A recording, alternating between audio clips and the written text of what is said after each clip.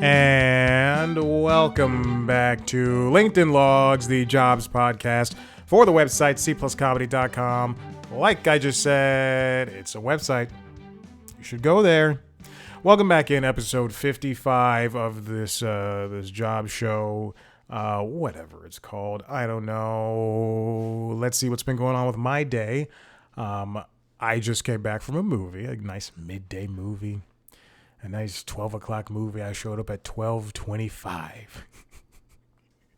You see, I built in the bubble for the trailers. I can watch trailers anytime. I don't want to sit there and watch trailers I can see on the internet. Also, I go to a fair amount of movies. I don't want to just sit there and see the same trailers over and over again. I have to turn off the iPad. It's at 12%. I have to wait. So I build in the bubble. I show up at 12:20. I meant to show up at 12:20. I showed up at 12:25. It's completely my fault. I was editing an interview for a comedian that comes out the day after this on the Constitutional's feed, and it took me an hour and a half. Then I took Maverick out.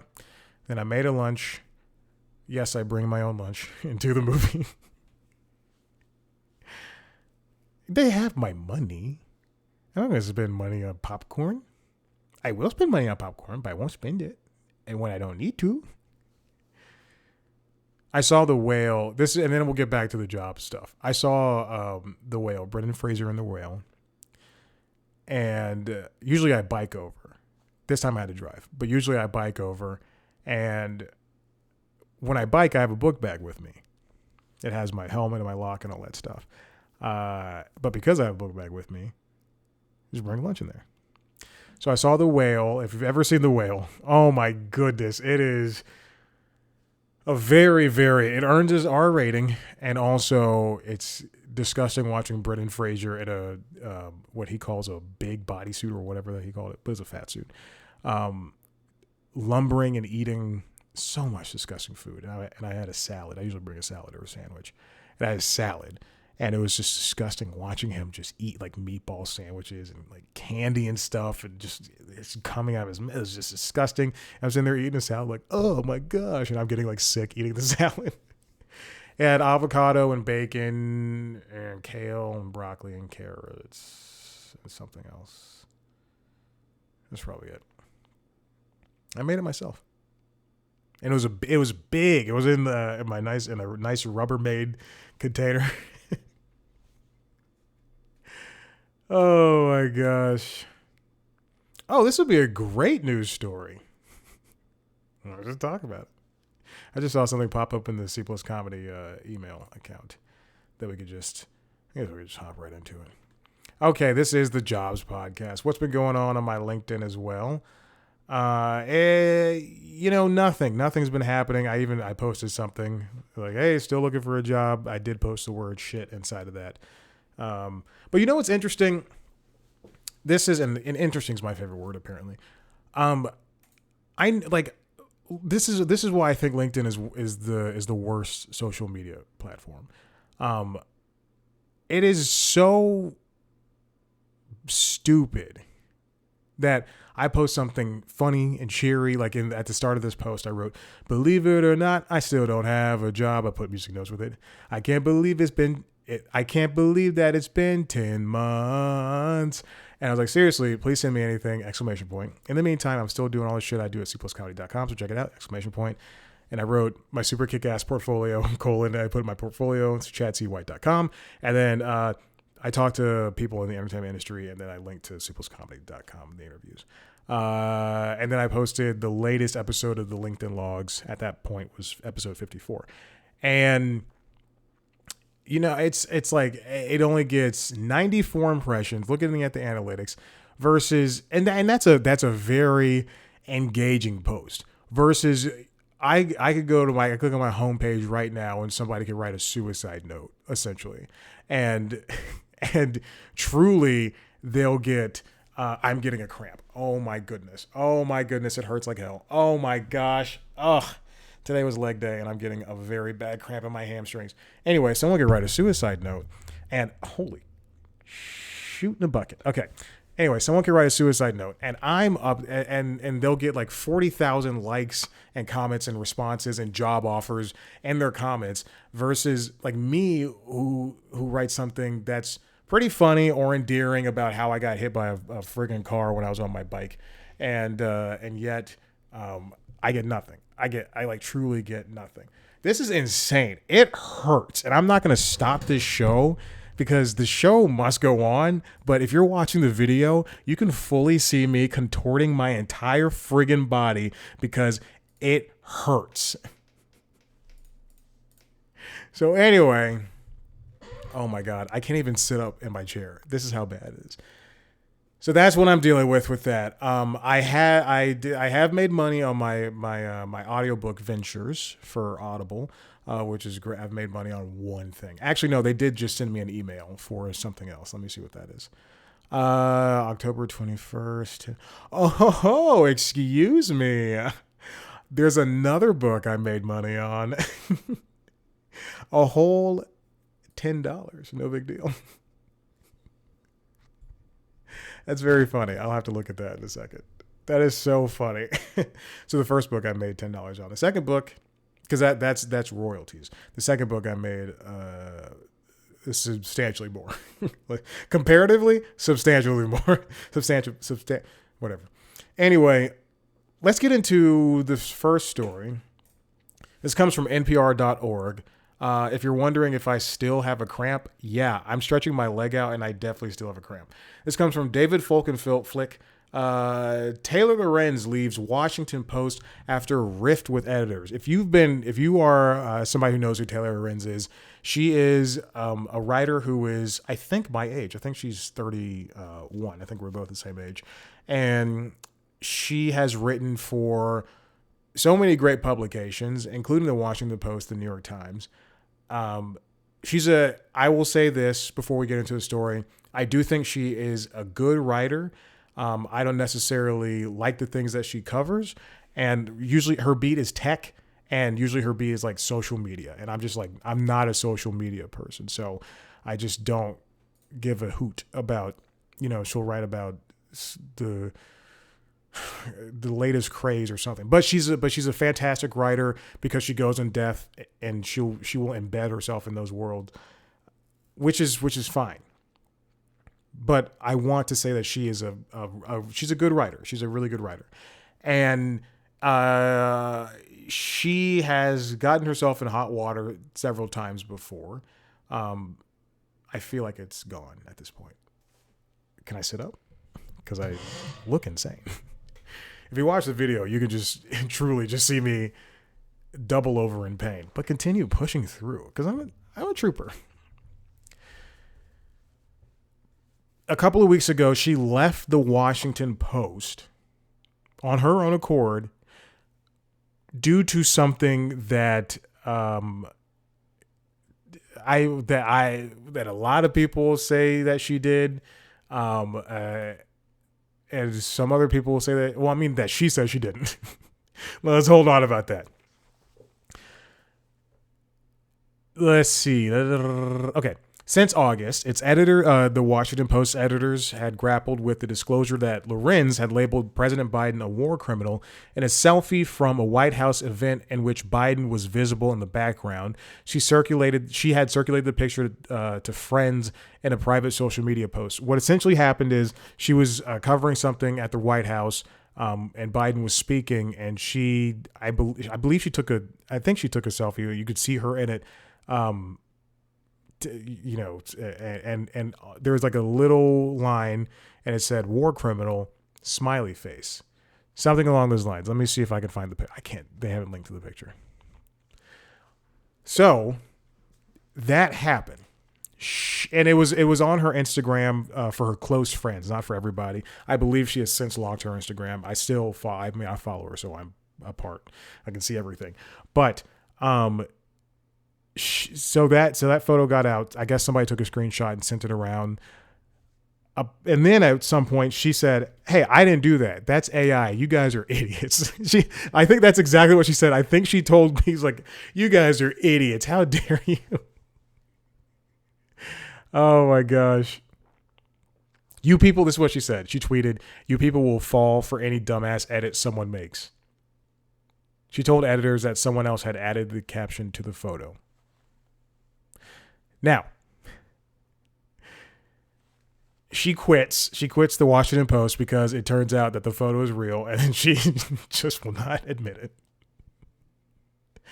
How she got into this meeting, she acquired credentials to attend the Democratic National Convention as a influencer and not as a reporter for the Post. So while she was hired by the Post, she wasn't affiliated with the Post in that one instance.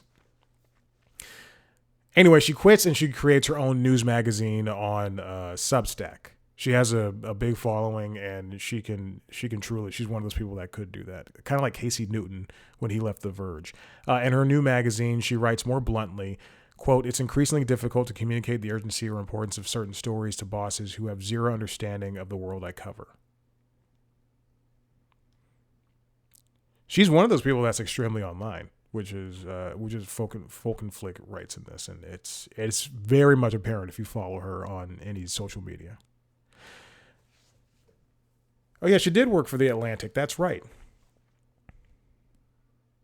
At the Post, as opposed to The Atlantic and the New York Times, she was designated a columnist, giving her more leeway for personal expression in print and on her own accounts than a reporter would have. So, Kate Baldwin for CNN can't say a lot compared to what, if I was hired to do opinion pieces for CNN, which would never happen. I don't think Zaslav likes me.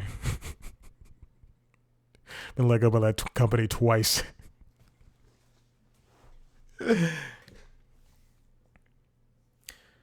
Other journalists at the Post describe her to NPR as a collegial, collaborative, and richly sourced reporter in the world of tech executives, content producers, and influencers.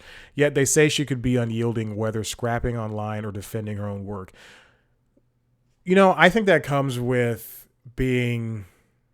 and this is going to sound sexist, but I think that comes with being a woman in that space of the tech world. Just defending their work. Because who was the woman who did the, not the CRISPR, but like the blood thing? The one with the deep voice, who forced her voice deep so that she would be seen as serious. I think, again, it's different for everybody. But that's what I'm seeing as somebody who's an outside observer. On Wednesday, in an interview with The New Yorker about her new Substack publication, Loren said, "What I'll say on the record is every single president that I've ever seen in my lifetime is a war criminal." Okay. But that's a way to quit a job. That is like sincerely the craziest, insane way that I've ever seen somebody just go, "I'm leaving." Also, don't like, even if that's how Armie Hammer got in trouble, is because he posted on his Instagram to close friends, to people, like a handful of people that he even allow follow him. That's how he posted that woman on his bed on all fours. Go watch that video. It's not safe for work, but it is insane. He's very clearly high.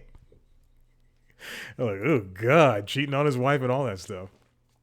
I sweat right through the shirt. It's crazy.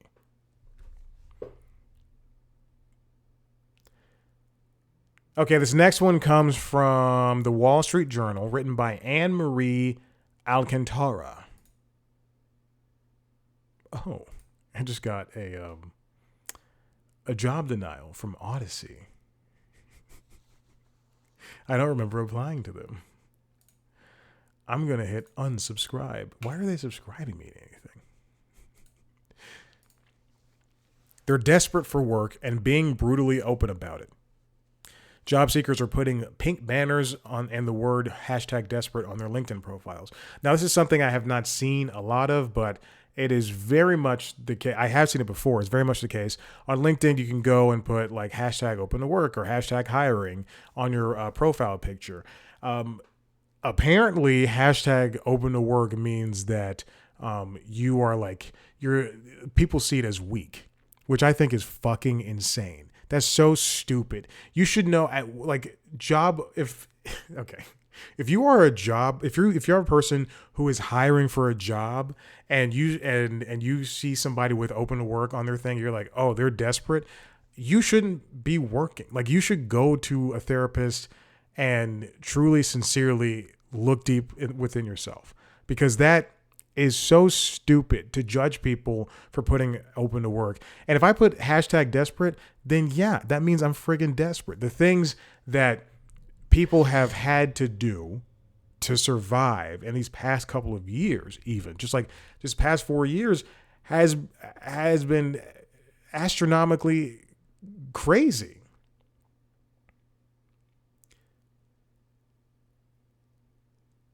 Those who are using the hashtag desperate banner say their desperation often reflects the fact that many have been without a job for months or years. Meanwhile, inflation, recruiting scams, fake job listings, and a cooling employment market for white collar and other jobs have people feeling defeated. Some of them are working, just not in their chosen professions. The September jobs report showed a still strong labor market, but Labor Department data from last week showed, this is from October 10th rather, so this is 12 days ago, showed the number of workers quitting their jobs fell to the lowest rate in 4 years in August, a sign people are more cautious about finding new roles. There are 2.5 job applicants for every one open job on LinkedIn, up from 1.5 in 2022, according to LinkedIn data. People are willing to do anything, even if it's not in their profession. I know this just said people aren't working in their profession. Some people aren't working in their profession.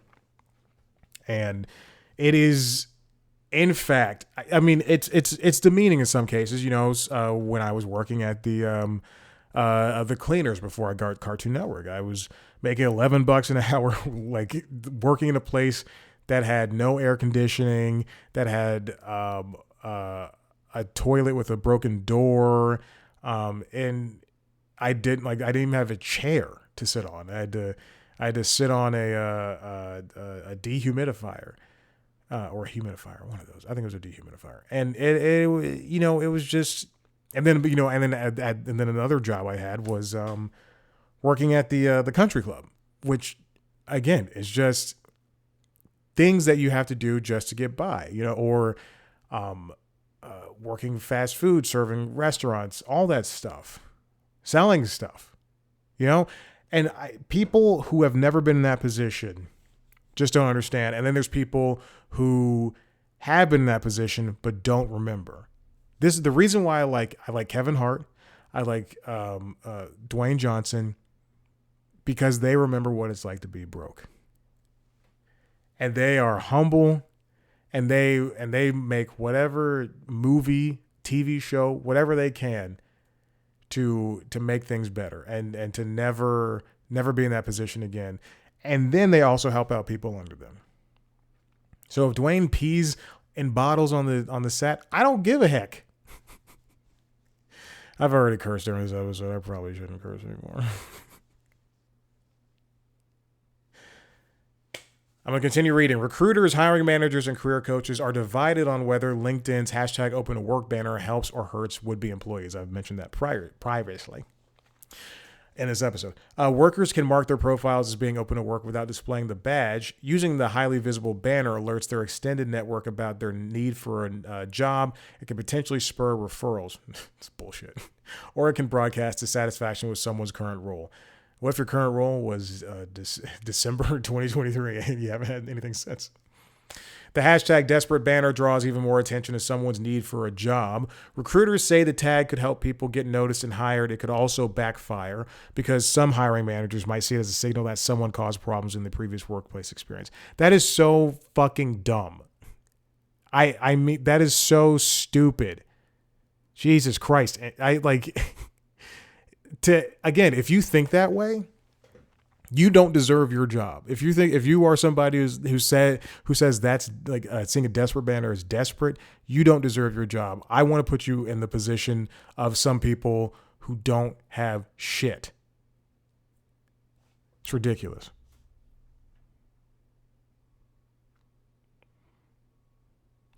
They say it's a lot like dating. Oh God. I accidentally hit the standing desk, a button on the standing desk, and it went all the way to its lowest point. And the job market at this point is not getting better. We're not seeing numbers change. I see. Let's go back to this like dating point. You see stories about people taking out billboard ads like let me find my wife, let me find my husband, all that stuff. And that's a cute news story, but is that not more desperate than somebody putting up, hey, I can't feed my children, please, I'm desperate for any job? Again, if you can't see this pain, then you don't understand. Why am I forced to sit? I'm not forced, but why do I have to scroll through my feed on LinkedIn and see you post about having a positive attitude in the midst of triumphs and the world around it? Why am I forced to see that every single day, as opposed to seeing, hey, this person needs a job, let me go and help them.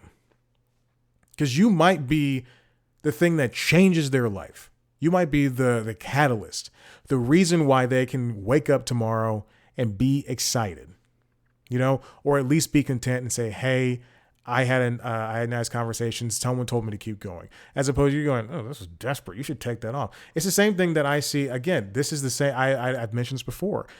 Every time I post, it gets like 20 views, and if I was some person in Poughkeepsie posting this, or Boston or whatever, posting the same thing I post, I'd have 7,000 referrals and likes, and people would be offering me a job left and right. But because I'm me, I get messages. Oh, you should delete this. Oh, you're so sad. You shouldn't feel that way. Oh, you're gonna get a job. All this stuff. No, that's not how it works. I can be as positive as I want to, but there needs to be action from that point. And you can't just go out and make content and be all that stuff. It doesn't make sense. But there's so many double standards when it comes to LinkedIn posts. And for people out here, and I'm serious, like people are like writing suicide notes on here. or how they're so down in the dumps and all this stuff. And I've applied to 700 jobs. The fuck does that supposed to do? Seriously, what does you applying to 700 jobs do that's different than me applying for 100 jobs? 100 jobs that are in my field versus you applying to 700 jobs that are around. It's insane. There's this hypocrite nature of LinkedIn where people think they're better than you and they know the answers, but they have never been in your position, or if they have, it was 20 years ago. There are people who come to my profile and yes, they'll see like, oh, it doesn't work. I see it. But then I'll go to their profiles. I'll see they've had a job for 30 years, the same company. And they think they have the answer. It's 2024. Things are different. I can't. There are too many people who think I can apply to a job at Warner Brothers and then walk up to the door and knock on the front door and be like, hey, Warner Brothers and the Warner sister, let me talk to you. And they'll be like, come on in. There's a show called There's Johnny. Again, I've mentioned this before. There's a show called There's Johnny where I'm just stepping on stuff. There's a show called There's Johnny, created by Paul Reiser. It was on Hulu. It lasted one season. It was fine. Where a kid is a huge fan of Johnny Carson. He graduates from from high school. He like applies, or no, he just takes a bus from his hometown to the Johnny Carson show and tries to apply for a job. And they're like, who are you? And then he's like, oh, okay, I guess I'll go home. And then they have a job for him at the end of the pilot episode. They go, well, we could use a PA. That's not how life is. And if it was, that was, that's how it was 40 or 50 years ago. In the 90s, I could move to LA, drug-ridden LA. I could move to LA, and within a month, I could probably have a job. With the skills I have, within a month, I could probably have a job. Less than that. Even if it's PA work. Do the same thing for New York. But it is 2024, and things are so much harder. And for you to go on LinkedIn and think that you're better than somebody because you're posting this hypocritical, faux, happy BS is unfair and is callous. And you're nobody. In the end, once you get off LinkedIn, you're a big old nobody. Like what is you posting? I've felt defeated for the past 2 weeks because I've applied to 100 jobs and this is how my life blah blah blah blah. Like, what is that going to do? How is that different than me going, hey, I'm having a rough time. It's been 10 months. I've applied to several jobs, but no one's hiring. Does anyone know of anything? Here's a link to my portfolio. How is that any different? Anyway, I could go on and on about this, and I will, but I don't want to. Listen, if you like what you heard here, I'm not going to do that other story. I'll just do it next week so I can have something to talk about. If you like what you heard here, head to the website, cpluscomedy.com, where you can see me talk to famous people. Tomorrow, again, this new interview drops. I just talked to Des Bishop. That's not the person I talked to for this next episode on the Constitutionals. You'll learn of that person tomorrow. But I just spoke to Des Bishop, comedian. You can find that interview under the interviews on youtube.com/cpluscomedy. We can see a video version of this show as well as the other shows, the Constitutionals, which is the entertainment business news show, and Late Night Lately, the Late Night Show. You can subscribe to those shows wherever you get your podcasts. You can follow us on TikTok, Twitter, Instagram, and Facebook at @C+Comedy. Follow me on those platforms at Chad Black White. Thank you so much for listening. I'm going to bow out at this point.